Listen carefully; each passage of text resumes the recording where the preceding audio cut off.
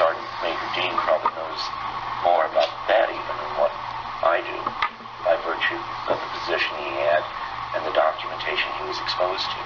We and the Soviets have been together, closer together than most people realize. We and the Soviets have been working side by side on this particular issue since before the Cold War, for God's sake. Now, the Cold War, as many of you remember, many of you older people will remember, was kind of a construction that was made up by Soviet leadership, American leadership, to convince the world that we were antagonistic toward each other and we were going into a nuclear war. We and the Soviets have been like this from the very beginning of this matter, particularly involving them. So even today now, here we are, we don't have a space program of our own publicly. We're paying the Soviets, what, $500,000 a pop just to get one of our astronauts to the space station, for God's sake. So we and the Russians have been pretty close together for the last 50 years on this alien matter. And why is that? You know? Because we recognized from the very beginning that it was us versus them. And we didn't realize back in the beginning that they were made up of not only malevolent guys out there, and there are some of them out there that don't like us at all. They're not purposely malevolent, they're not hostile, but they don't like the human race, and they don't give a damn whether we survive or not. Thank God we have good friends out there that do care about us, that are related to us, who want to see us survive as a species. What is the threat? In other words, first of all, you know they've done abductions. We know that they allowed them to do abductions. And yes, some of the abductions are positive contactee experiences, etc., etc. And some of them are painful. And depends who it is. But they also had an agenda. And one of those agendas is to create a hybrid race. They're harvesting us. Are already hybrids. We made an agreement with them, 1954. We would allow them to continue to harvest our genetics. And we traded that for technology. We also traded a lot of our gold for that technology. I was telling someone the other day that I'm remote viewing Fort Knox and it's half empty. Because we've given the Anunnaki enough damn gold that they've given us anti-gravity, they've given us, zero-point energy? And we have a separate space program which makes NASA look like a joke. Exactly. So, Clifford, you're aware of this. You must be aware of the abductions, the negative side of the abductions as well, right? Oh, like, goes back to where not all contact would be friendly. And what I would do is point out that it's not necessarily a culture, but it is like a rogue group within that culture. Good example, I've been using this all day, is like, you know, you have the cartel. Well, they're people just like us, they're humans, but yet they're a sliver group. They are, have their own agenda. And that same thing happens within the various cultures. And I agree with Sergeant Major here.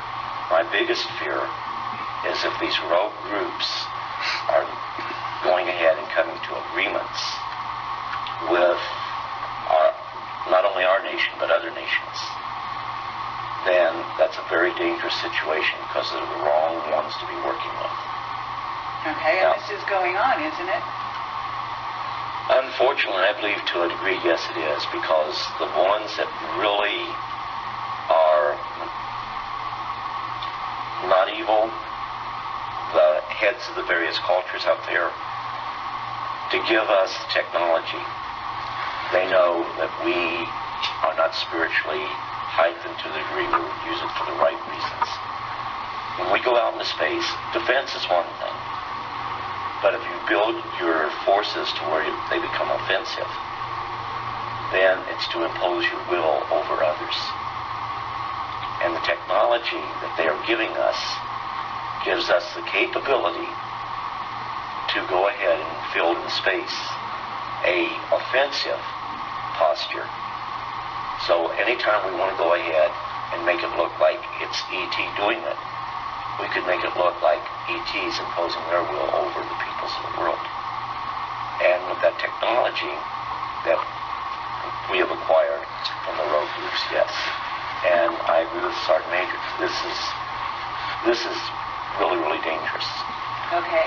And at this moment, though, there are certain governments, with some of these governments, some of the governments that are actually growing into superpowers at this time, China, for example.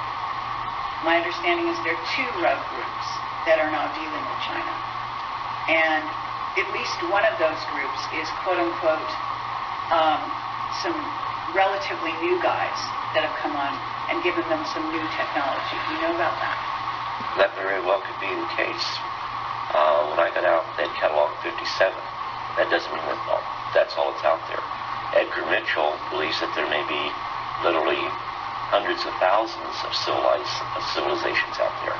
Okay. And what we have right now is the fact that on this planet, which Sergeant Major made a very good point, that there are some that are hostile and look really down on us. When I state that, we have rogue nations. And some of those rogue nations are very much a threat to the tranquility of the world. And if they achieve the technology we don't want them to achieve, then they could very well be the very forces unknowingly to start the total annihilation of the earth. There are governments out there that are also being contacted. Just as individuals are being contacted, governments are being contacted, are they not? Yes. Okay.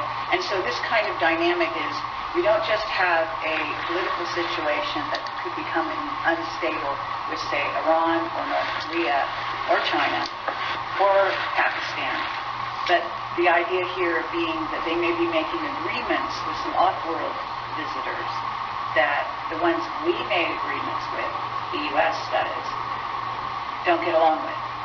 And there's also issues within the U.S. itself, within the U.S. military. The Army's got one group that they're talking to. The Air Force is talking to another group. And the Navy is talking to another group. Isn't that right? Yeah, but you only have a small nucleus of people who control all of the information. And it may not be military personnel that is doing this. And it may not be your elected officials. Sure. And that's a scary situation. Okay, and that's also true. We've got a military right now in the U.S. that's very discontent. And Bob, you can speak to this as well. You've got a son who's been working for these people. He must hear all kinds of things. And they're being told to do certain things that they know is not in the best interest necessarily of the United States, for example. Is that right? Let me tell you something. It's not easy to say that there are the good guys and there are the bad guys, and we're in the middle. That's true to a certain extent, and it's been true for the last 10,000 years, but it isn't particularly true today, because a third party has entered the game. An advanced culture, God knows who they are and what they are, but they're higher in the what they call it, the hierarchy.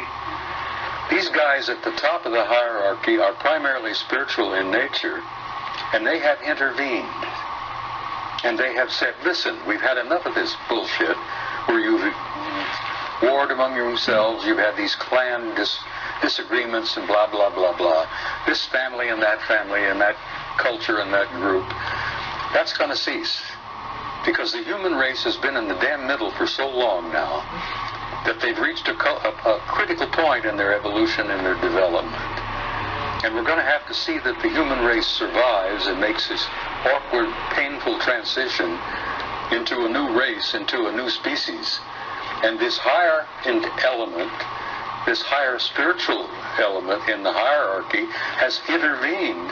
And they have literally said, Carrie, knock off the bullshit. We're not going to have any more of this.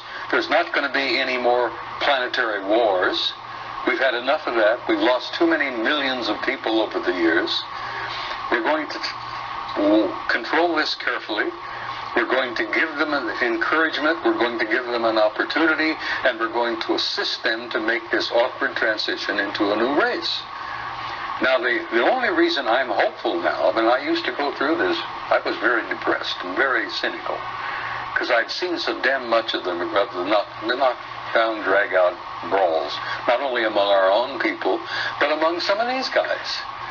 And then I found out that there is this third party now that's involved, that couldn't care less about the clan disputes and the family different disagreements and all that. All they care is to see that the human species makes this awkward transition into a new race and can reach out and take our rightful place in space and go to the stars where we belong, for God's sake. But that's their intention. That's what you've been told they want to do, because you were taken off-world by them. Yes, I was, and they've given me encouragement. Okay. And they've showed me the future, Carrie, and the future is glorious. We are going to make it, and we're going to look back at this awkward period, this blackness that we've been through for the last century or two, and we're going to look back like students of history and say, my God, look what they went through. Look what they did to each other. We're going to look back from the future into this particular time and place, and we're going to say, how in the world did they pull that off? Here they are killing hundreds of millions of people in these wars, butchering each other. This has got to cease. We can't let that race off the planet until they evolve and grow and mature where they can be safe. Okay, but Bob, that rationale, when you've got these races, off-planet races, who have been warring with each other for eons. So maybe there's a new guy on the block. Let me tell you something. Maybe that new guy is orchestrating things here. But actually, I'm going to sit over here and I'm going to be suspicious of even... Well, it's all right to be suspicious, and I know where you're coming from. I was talking to Joe Farrell not too long ago at another conference, and Joe Farrell has written The Cosmic War. And The Cosmic War is a true story of a war between interplanetary intelligences. And they literally damn near destroyed each other. They destroyed a planet beyond Mars, for God's sake, in our own solar system. But that crap has got to cease, and I have had the opportunity to meet guys from the higher level who said, we're not going to allow that to happen anymore. We're going to give you a chance to make it. And the only reason I'm hopeful, and I told you this privately earlier, is that I have seen the future, and there is a future for the human race, and it's beautiful. Okay. And I appreciate that, okay? And I would agree with you. And I think a lot of people listening to this, who will listen, will agree with you. That's why we're all here. That's what we're working for. But the work is still to be done. And what I want to do is keep eyes on the ground right now. And I want to talk about the idea of what's right before people, because this is 2012. We're going into 2013, and some of these years are very crucial years. Okay, as you say, these are going to kind of be the years in which the transition happens. So it's happening right now. Exactly. So what I want to talk about here is, first of all, yes, you have a lot of bad kids in the class, okay, and those involve the Illuminati, some of whom are basically being run by certainly groups of reptilians, certainly a group of Anunnaki that may not have our best interest in mind. They'd like to clear the planet. They've got big plans, and they've been working on those plans for a very long time. And both of you must have been face to face with that agenda. Their agendas exist because they exist, and they've had some of their own personal agendas for eons of time. But their plans for our future don't mean diddly squat, because there are these higher developed cultures out there that have now intervened, and they're going to see that the human race is going to be allowed to make it. Okay, and you've said that, and I agree. But the thing is, the idea here is not that somebody come in, organize the schoolyard for us, and then they go off on their own business, and then we're left to deal with it. The idea is that we learn to walk on our own. We organize the schoolyard ourselves. Okay.